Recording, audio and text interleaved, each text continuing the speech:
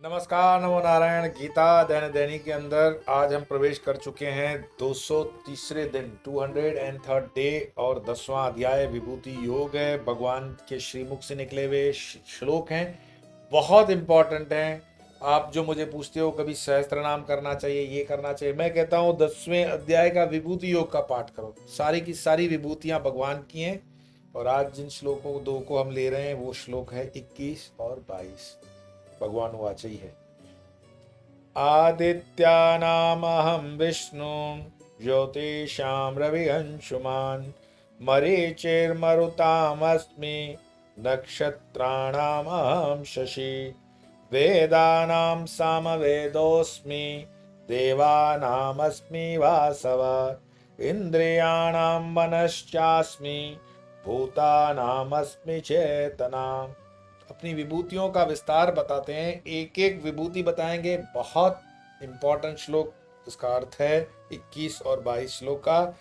मैं आदित्यों में विष्णु नामक आदित्य हूं, ज्योतियों में किरणों वाला सूर्य हूं, तथा मैं मरुतों अर्थात 49 वायु देवताओं में से मरीचि नामक मरुत हूं, तथा नक्षत्रों में मैं चंद्रमा हूं।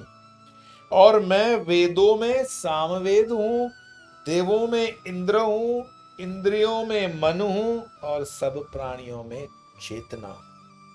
एक एक का बाइफर्गेशन, एक एक का और डिटेलिंग के साथ। आप पूछोगे मैं आदित्यों में विष्णु, तो आदित्य कितने हैं भाई? 12 आदित्य हैं। रुद्र कितने हैं? 11 हैं। 12 और 11 23, 8 वसु, 31 सूर्य और चंद्रमा, 33 कोटि भगवानों का ये डेफिनेशन। वो महामूर्ख हैं जो कहते हैं कि 33 करोड़ भगवान होते हैं। नहीं, 33 कोटि। और संस्कृत में कोटि शब्द का अर्थ होता है प्रकार, types. So 33 types of gods हैं। 11 रुद्र, 12 आदित्य, 8 वसु और सूर्य चंद्र, या कभी इंद्र और प्रजापति को कोई लेते हैं। तो आगे चल करके इसी विस्तार को भगवान कृपा करके कहते भी हैं। और जो श्लोक हम पढ़ रहे हैं 21वां और 22वां, उसमें एक एक जब हम विभूति का विस्तार करने जाएंगे तो अपने आप उसमें विशेष में हमें पढ़ने का मन भी करेगा कि थोड़ा सा हम पढ़ लें भाई। तो जैसे उन्होंने कहा कि मैं आदित्यों में विष्णु, विष्णु नामक आदित्य हूं। तो जिस विष्णु को हम जानते हैं वो विष्णु कौन है? विष्णु एक है क्या, या आदित्यों में एक नाम विष्णु? इसको समझो। तो प्रमाण किसको लोगे? कोई भी अध्यात्म का प्रमाण होना बहुत जरूरी है। What is the supporting evidence? What we say, what we preach.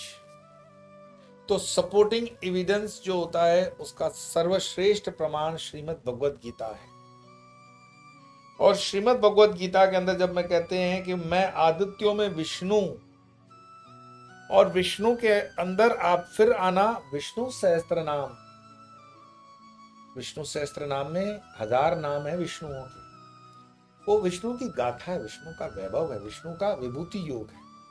तो उस 12 आदित्यों में एक आदित्य विष्णु, और उस विष्णु में भी अगर आप थोड़ा सा पढ़ेंगे, ये दिमाग को चैलेंज है थोड़ा सा समझने के लिए कि विष्णु में महाविष्णु भी है।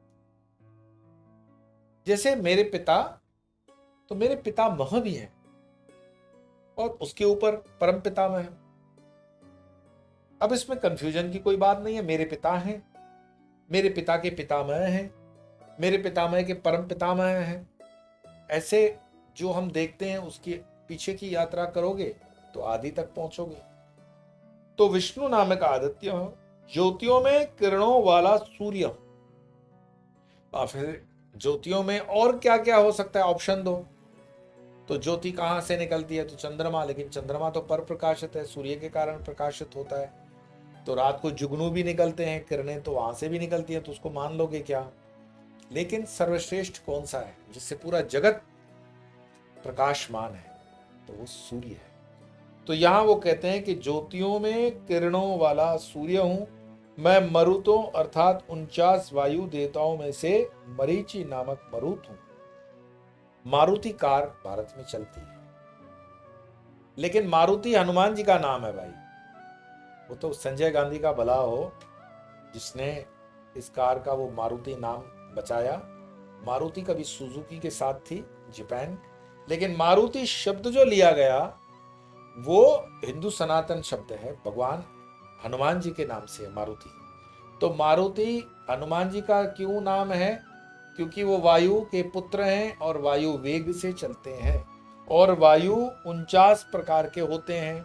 आप कहोगे कि वायु 49 प्रकार के कैसे होंगे? होते हैं। आयुर्वेद में पढ़ोगे, आयुर्वेद के अंदर जब प्रवेश करोगे तो कफ पित्त वायु 3 शरीर की प्रकृतियां बताई गई है। आपको जानकर के बड़ी हैरानी होगी कि एलोपैथी जो कहती है सो कहे, हमें कोई विरोध भी नहीं, और एलोपैथी जो कहे वो परम सत्य है जीवन का, ऐसा भी नहीं। Allopathy is continuous process of improving the medicine and medicinal world.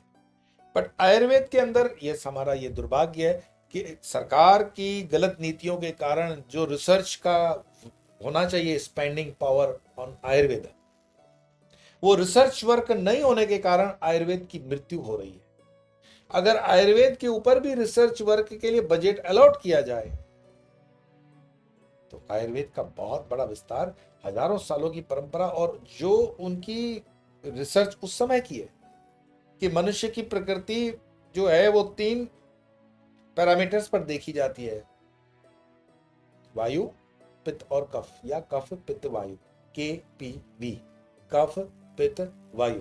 ये जो नब्ज देखते हैं ना, नाड़ी देखते हैं, तो नाड़ी देखते हुए इन 3 उंगलियों का उपयोग होता है, और यहां पर नब्ज को आयुर्वेद आचार्य ढूंढते हैं, और वो अगर आप अभी भी सुनते हुए भी अपने हाथ पे उंगली रखोगे तो वो नब्ज डिप डिप डिप डिप अपनी ब्रीदिंग बताती है।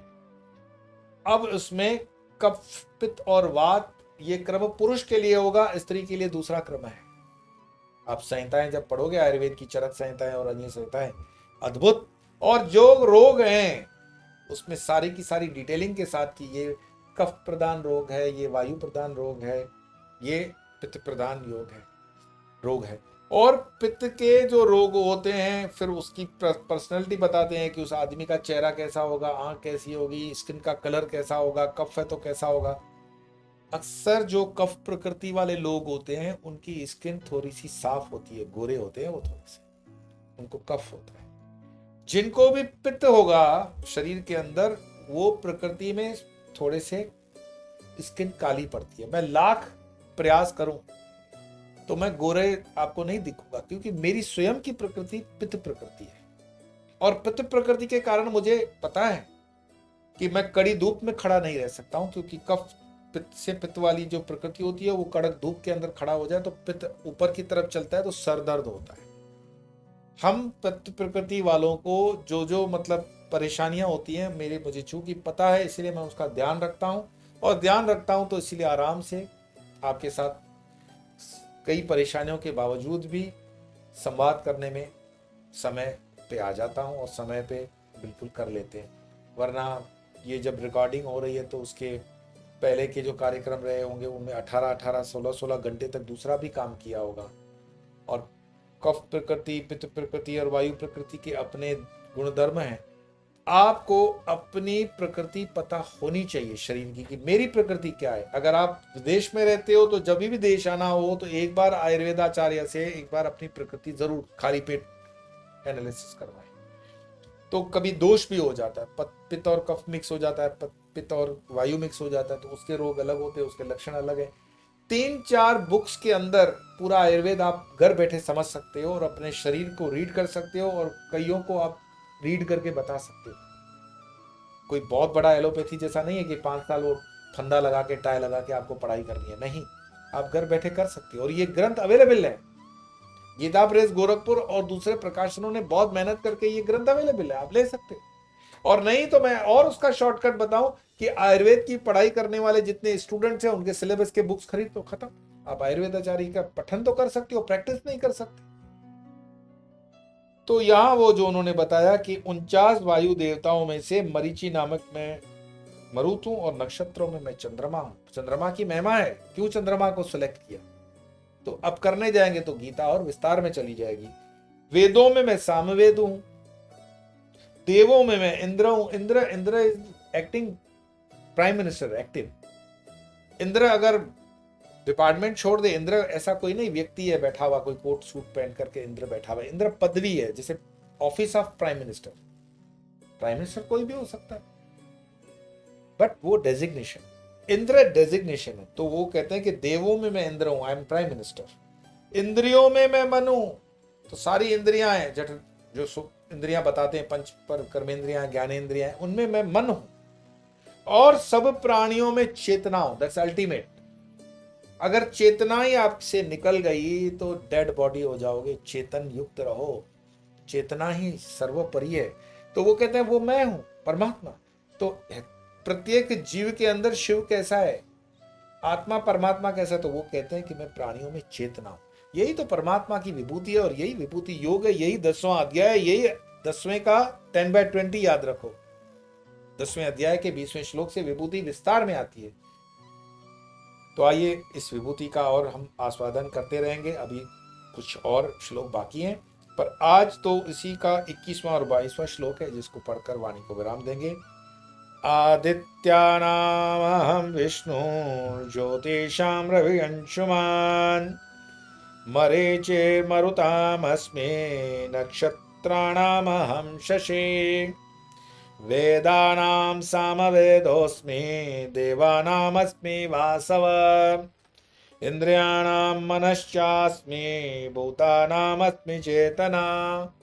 आज इतना ही, कल फिर और विभूति योग में आगे प्रयास करेंगे और प्रवास करेंगे। तब तक के लिए नमो नारायण।